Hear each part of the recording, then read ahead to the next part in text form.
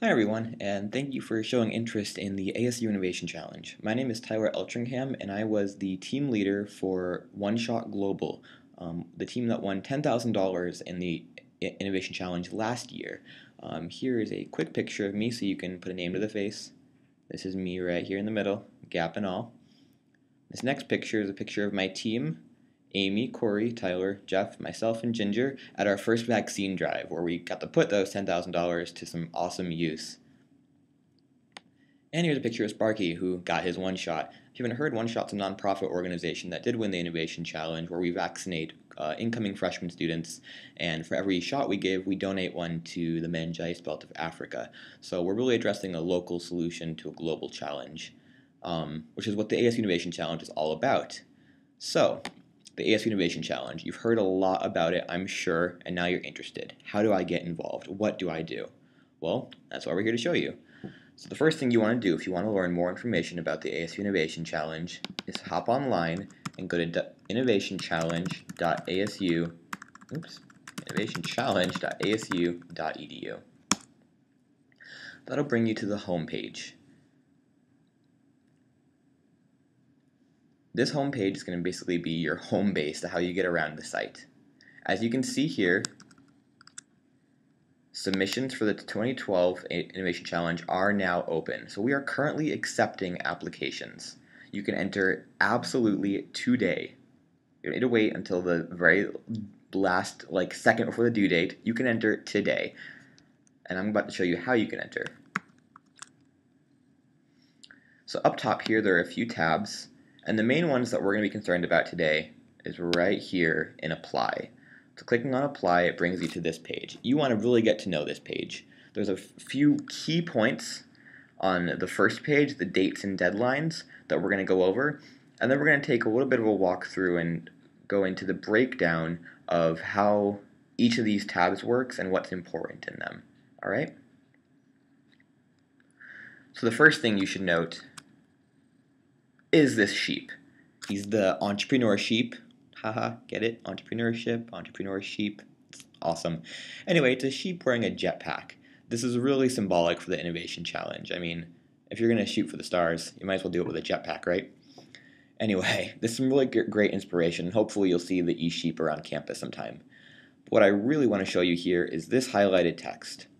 Applications will be due by 5 p.m. on the final day of Global Entrepreneurship Week, Friday, November 18th, 2011.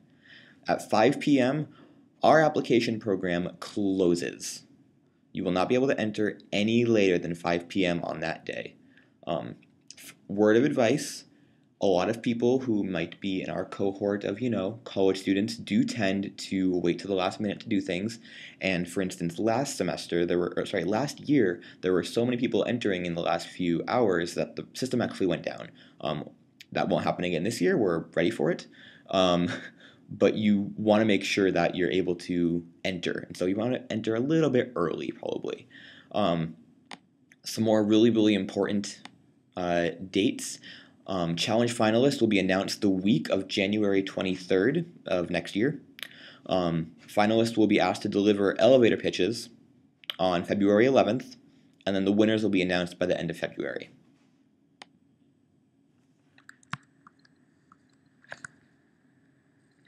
Alright, so those are some important dates and deadlines. Now we're going to get into the meat of what the Innovation Challenge is really all about.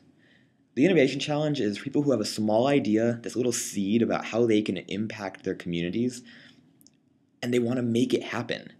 I wasn't a business major. I had no idea how entrepreneurship worked. All I knew is I had an idea and I wanted to see it through. And so I put together a team of my best friends, my peers, the most brilliant minds on campus, thank you, and we got a mentor, and we got 2 mentors, and we got 4 mentors, and we kind of built an advisory board, and we made it happen. We just did it. It was that easy. And the Innovation Challenge was the catalyst for that. So you can do it too. Trust me.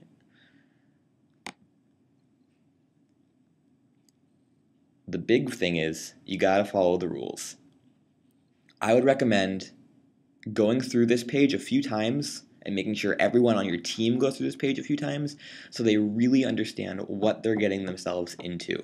You want to make sure that if you put all of this work into developing this amazing idea and putting together a business proposal and having this great elevator pitch, that you don't get disqualified for not following the rules.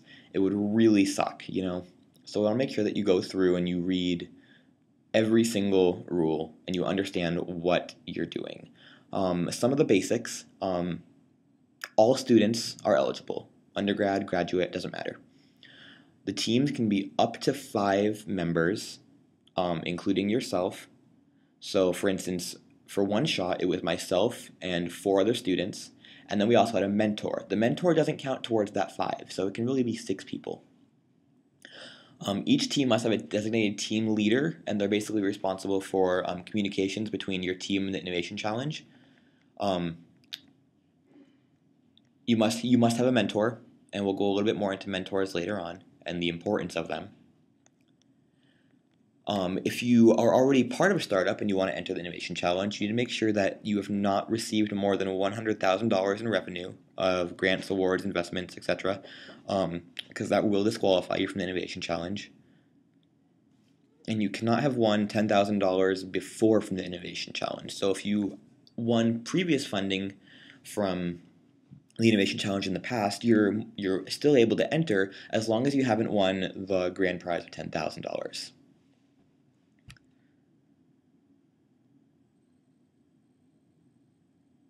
The next section here is idea eligibility. Proposals must address one of the ASU challenges. For instance, how do we lead healthier, more fulfilling lives? That was the challenge that One Shot chose to address. And just a word of advice, when you're pitching to an organization who's possibly going to invest in you, you want to make sure you use their language.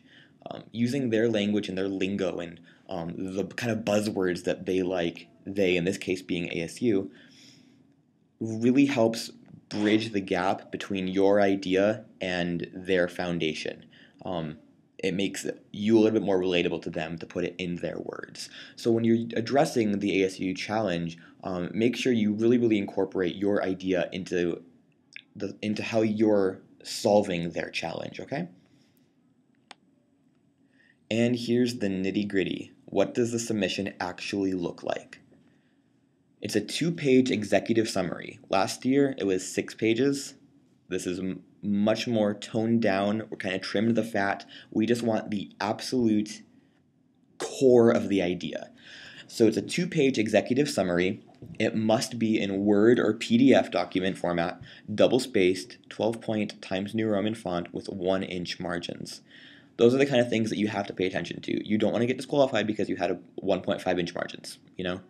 So just take the time to ensure you're following all these rules.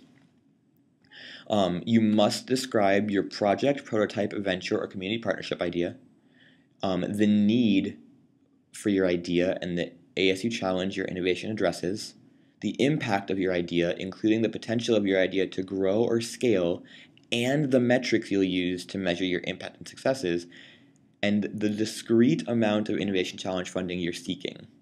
You don't want to just say, well, you need money, so give us some, please. Doesn't matter how much, just give us some. No, you need to directly ask for a certain amount. And we're going to go into all this a little bit more later. But this is just the requirements. On top of the 2-page executive summary, highlighting right, oops. Sorry about that. On top of the 2-page executive summary, you also need to do 10 slides. And they must be submitted as a PDF document. So you can make it in PowerPoint, just save it as a PDF. It's not that hard, okay? For the content, at least one slide must include your budget. And I'll show you a sample budget in a little bit.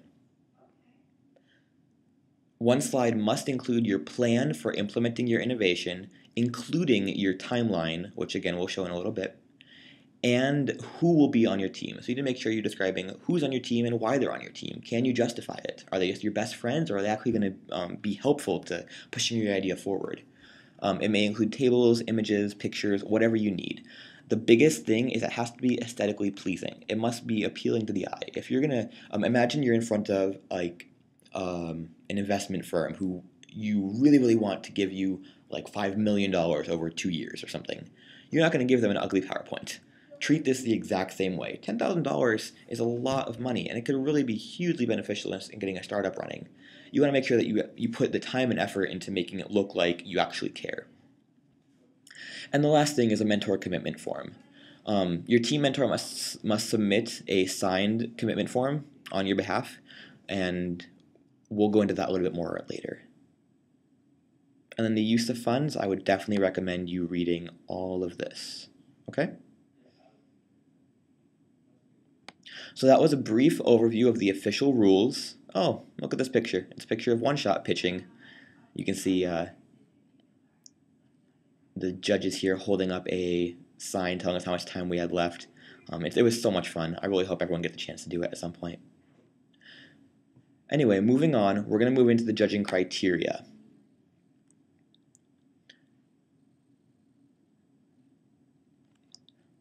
The Innovation Challenge is a competition, so you are going to be judged and graded on a number of details. And it's really important that you know what you're being judged on so you can cater to those criteria.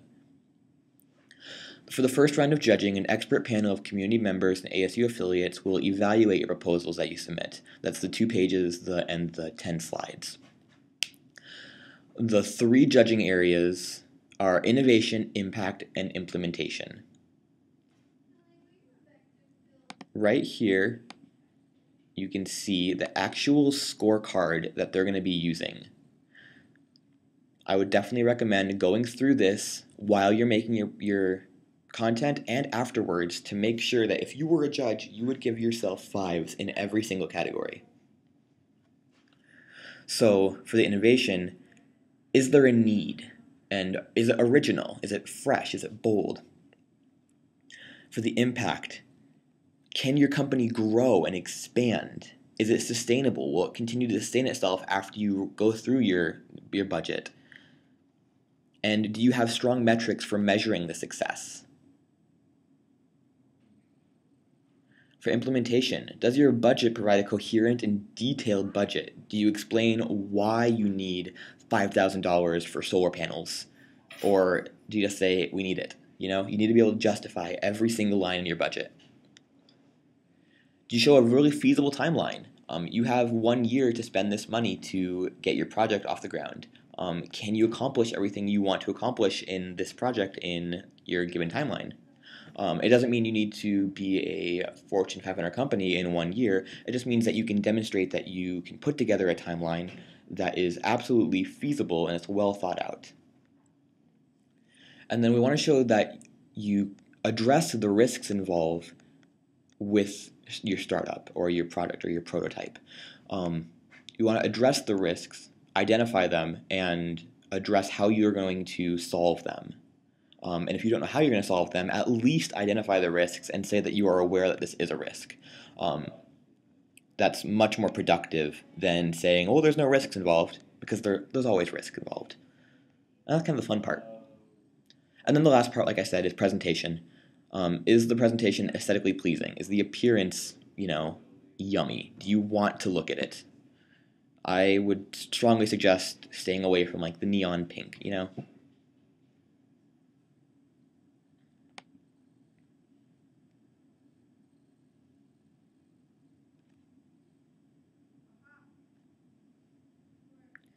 So after you make it through the first round of judging, a group of finalists will be selected to move on to the second round. For the second round, a panel of local and national social innovation entrepreneurship experts will evaluate elevator pitches. The 3 judging criteria will include innovation, impact, and implementation, like we said above. You'll be pitching to this panel of judges. You'll have 5 minutes to deliver a pitch. That sounds like a lot of time, or it might not sound like a lot of time, but these pitches are absolutely crucial, and you'll have a lot of fun practicing them with your team and really honing it to make it personal and effective. But if you don't know how this really works, we have some sample pitches, which they have, or in this particular video, they have 5 minutes to pitch their nonprofit organization, Girls and Gangs, and they use 3 minutes to pitch the organization and then allow 2 minutes for comments and questions from the judges. It is absolutely crucial that you leave enough time for the judges to ask questions and for you to answer them.